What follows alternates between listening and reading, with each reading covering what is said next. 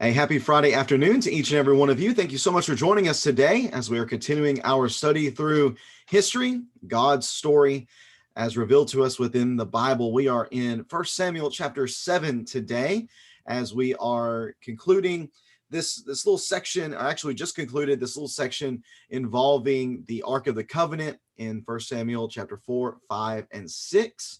Now the Ark at the beginning of chapter 7 has been returned to Israel. It is in the city of Kiriath Jearim.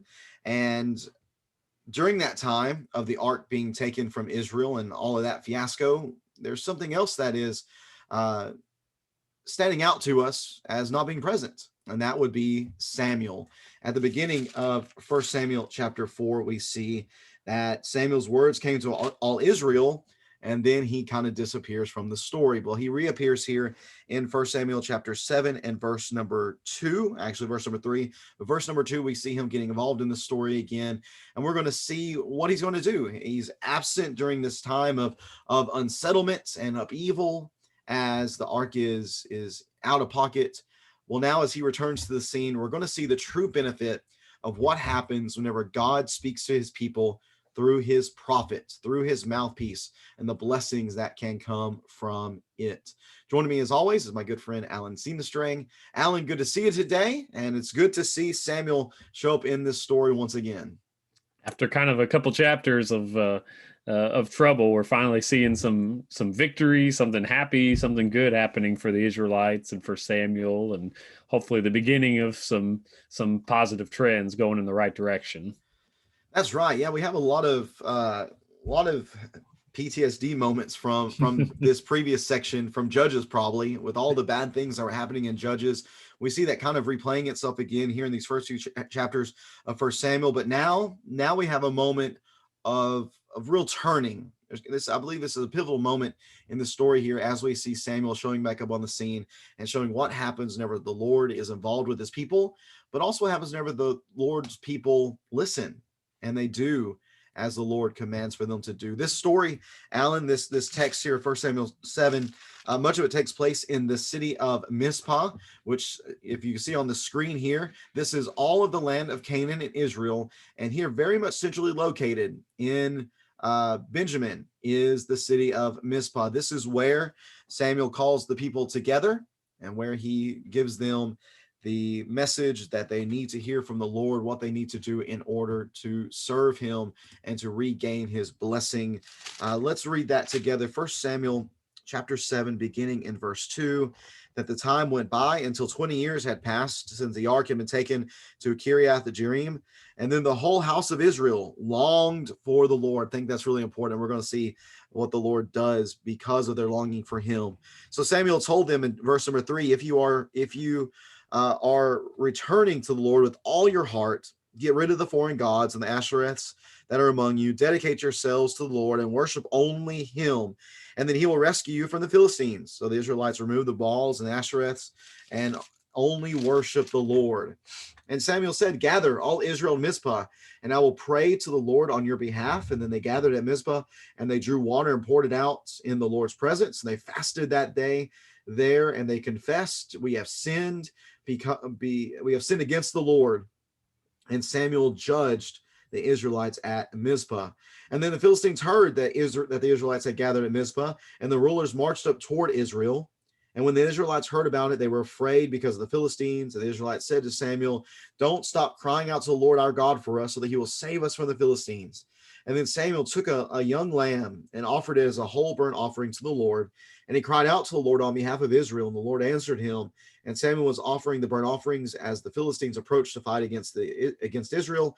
And the Lord thundered loudly against the Philistines that day and threw them into such confusion that they were defeated by Israel. And then the men of Israel charged out of Mizpah and pursued the Philistines, striking them down all the way to a place below Beth-kar.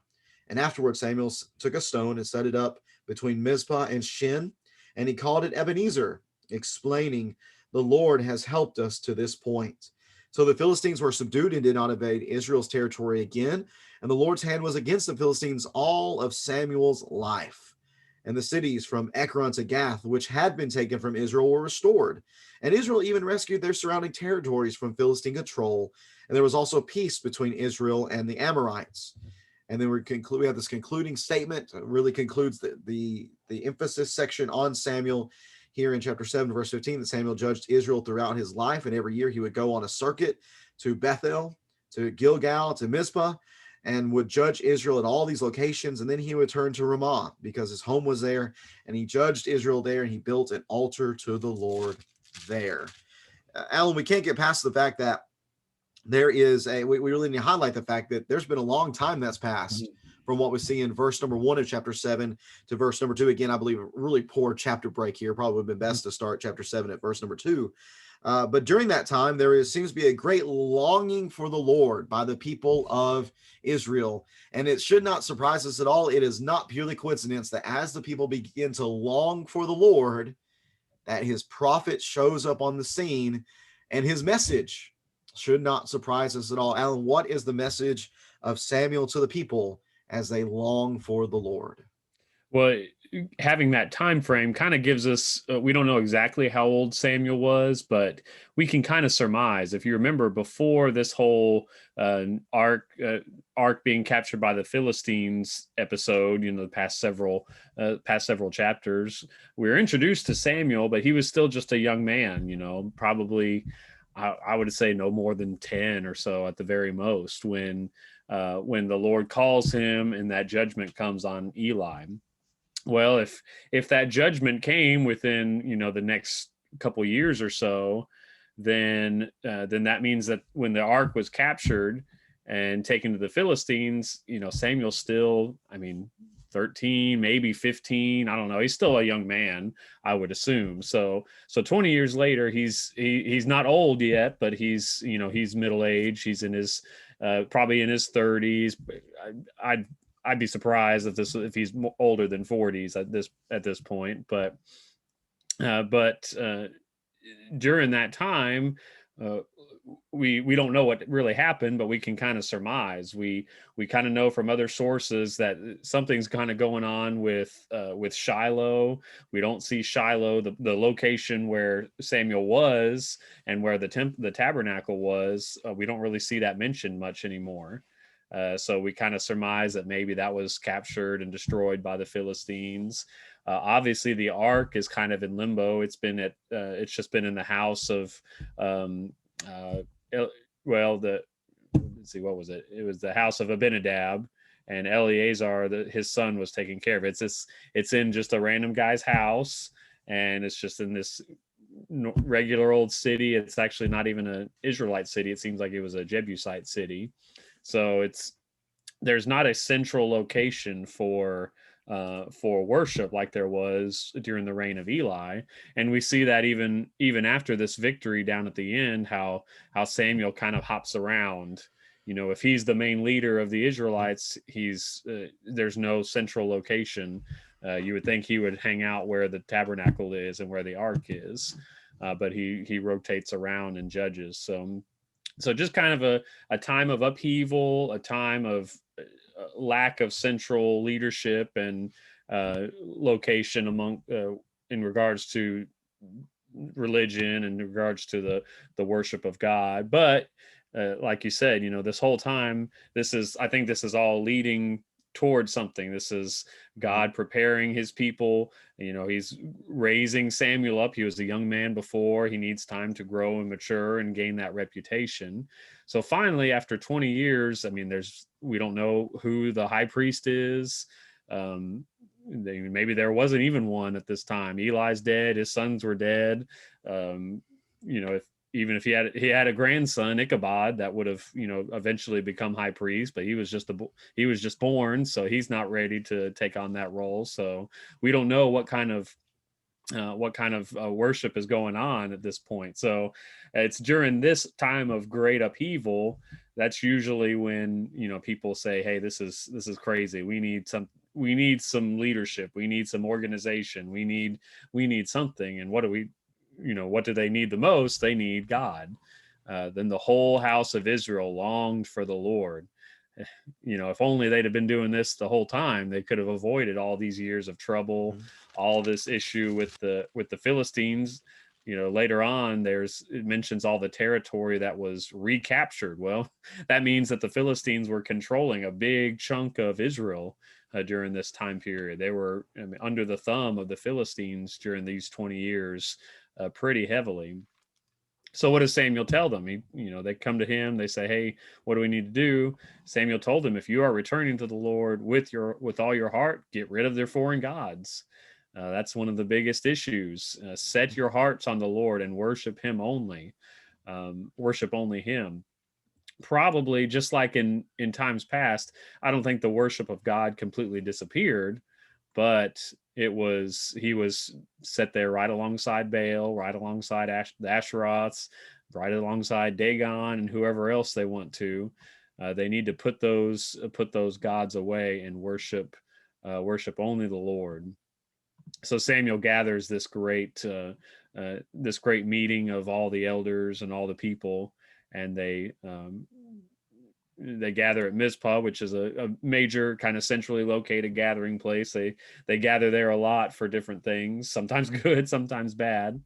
But they have these ceremonial things. They fasted, they confess, we have sinned against the Lord in verse 6, and they pour out this water before the Lord, and Samuel prays for them. So some great things happening right now with Israel returning to and renewing their covenant here with God. Right, right, and it goes back to what were the issues that led to their struggles. As you mentioned, it was the fact that they were unfaithful. They were unfaithful to God, and now they see that life with God is so much better than life without God. Therefore, they're longing for Him. They're longing for His blessings. And He says, "You want to do that? Then you need to quit being unfaithful. You need to focus on me and me alone." The word "only" is seen in verse number 3, and it's also seen again in verse number 4. Only worship Him. Worship only Him. And they need to purify themselves and to get themselves back to where they ought to be, which was being faithful to God. And really, what we have here is a great reversal of what is taking place in chapter number 4. This whole scene. Then in chapter 4, we see that Israel is going to be struck down because of their sin. But in chapter 7, it's the Philistines who are struck down now because of Israel's reliance upon God. Chapter 4, they want to manipulate God and try to force his hand by using the ark as some sort of bargaining chip or good luck charm. And yet here, because of their repentance, they are able to achieve that victory. In chapter 4, they say, let it, or let the ark save us. But here they say, let God, let him save us. Both instances, the Philistines hear what's going on. They come up against Israel. And yet the result of that scene in chapter 4 is Ichabod being born, which means the glory has departed. Whereas here, the result is they defeat the Philistines and run them off, and there is a new memorial that's established here, Ebenezer, which means the Lord has helped us up to this point. As we're talking about Samuel here judging Israel, it says at the end of verse number 7, Samuel judged the Israelites at Mizpah. It also says that he does that again in verse 15, 16, and 17. Judging it might have the connotation of making sure that righteousness is being upheld and that justice is being administered. That is one understanding of it. But it seems to be here, Alan, that the better understanding is that as Samuel is judging Israel, he's calling them to confession and repentance. That seems to be the type of judgment that he's doing here. While there might still be that justice being upheld, that righteousness being upheld, he's just trying to get the people corrected. He's trying to get them back to where they need to be, because if they are where they need to be, well, then there's going to be justice and righteousness, but they're never going to achieve that until they repent, until they turn from the false gods, to turn from the pagan gods, to turn back to God and to serve him alone. And what we have is that when that takes place, well, then there is restoration. There's restoration among the people. But even before they get to restoration, notice that even though they are afraid of the Philistines, they put their confidence in God. And I think that is such um, an important thing to recognize. Just looking at Israel, looking at the different situations they've been in, when they focused rightly, whenever they, even though they might fear the enemy, because the enemy is a fearful thing, and the enemy is dangerous, the enemy can hurt them. Their true confidence is put in, when their true confidence is put in God, then there's good results. But whenever they try to manipulate, or when they put confidence in themselves or anything else, that's whenever they fail.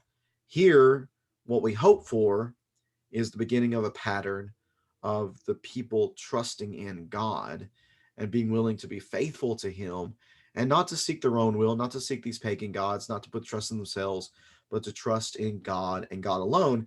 And I don't think we can skip over the fact that this is happening when God's prophet is here present on the scene. Samuel is an integral portion of this text here. It's all happening because they've longed for God, and God is now willing to speak to them. Again, if we go back to chapter 3 and verse 1, there was the word of the Lord was rare, and prophetic visions were not widespread. Well, what precedes that? What precedes that in chapter 2 is the description of Israel being very wicked. And they're very wicked because their leadership was very wicked. Yet the priest Levi and his sons, they've now been taken off the scene. They have died. Here's Samuel taking the place in the position of leadership. And with that, things seem to be getting better. They seem to be moving in the right direction. And Samuel, I don't know that he gets as much credit for just the types of roles that he plays. He, even though he's got 2 books written about him, we don't really know too much about Samuel. Definitely not on the same level of Moses or Elijah, or of course Jesus as well. But look at all the things that Samuel, all the roles that Samuel's played. It mentions that he judged Israel, but I mean, he is basically the high priest, I think, at this point. For Israel, he's offering sacrifices, he's crying out on behalf of the Lord. I mean, he's acting as an intercessor, just in the same way that Moses did. So just in the same way that Jesus will. So he's definitely on a Moses parallel here, more so than anyone that's come before him since Moses, and really more than anyone after him until Christ. So he doesn't get put on the same level just because he doesn't really have a large chunk of text about him. But I love this passage because one thing we don't really see much about Samuel is his role as any sort of military commander. What happens in this battle per se. There's really not a battle. This is just the people come to Samuel. He cries out to the Lord. He tells them, don't start crying out for so he will save us. He doesn't lead the army into a battle like all the other judges seems like they typically would. That was, most of the judges were just these warlord, Right. military leaders that then they turned into semi governor king type things at some point. Well, Samuel is completely opposite. He's clearly much more focused on the spiritual and on his role as a judge priest, or a priest intercessor. That is more his focus. I mean, I'd be surprised, even though it mentions how during this time period all these other lands were captured. But notice what it was, verse 13. The Philistines were subdued. The Lord's hand was against the Philistines all of Samuel's life. So we really don't know what role Samuel had in terms of leading armies. I would assume he didn't. It was just because of his leadership, because of his helping the people to understand why they were defeated in the first place.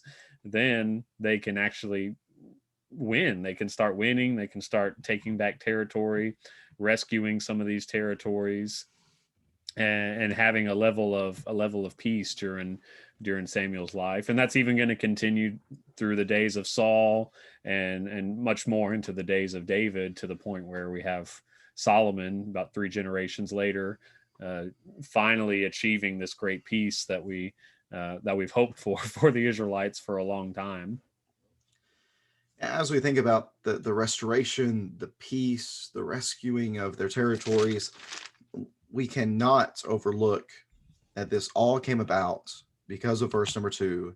They longed for the Lord. I don't know if there's a more succinct example of they're in a bad place, they long for the Lord, and they're restored to a better place than what we have here in 1 Samuel 7. And it's all, again, it's brought about because they longed for the Lord, because the Lord spoke to them through his prophet, and then good things happen. And Samuel continues to serve that role, as you said, not as a warlord, but as a true spiritual leader. Like what the Tyndale Old Testament commentary says on this. It says that Samuel's ongoing work then did not consist of merely deciding legal disputes, but of reproof, instruction, and counsel for living under Yahweh's lordship. He was not just fighting battles. He was not fighting battles. He was not just administering justice, but he was really a spiritual leader, a truly spiritual leader for God's people, striving with everything that he had, even having that altar at his home in Ramah to offer on behalf of the Lord, him offering the sacrifice here, which what you spoke to earlier, I think goes to give evidence of the fact that there was no standardized religious observance, with especially in regard to sacrifice here, because the ideal was for them, if they were going to be sacrificed as altar, that would have been done at Shiloh, and that would have been done within the tabernacle. That doesn't seem to be happening here. So Samuel's having to, because that's not available, he's acting in this position here, and he's offering sacrifices where he can. And that seems to be what is the pattern of what's going on here with the Lord. And we know the Lord was, we cannot say that what he did here was, I don't believe we could say that's wrong, that God rejected it, because based upon his sacrifice here, the Lord answered him, and the Lord brought that victory.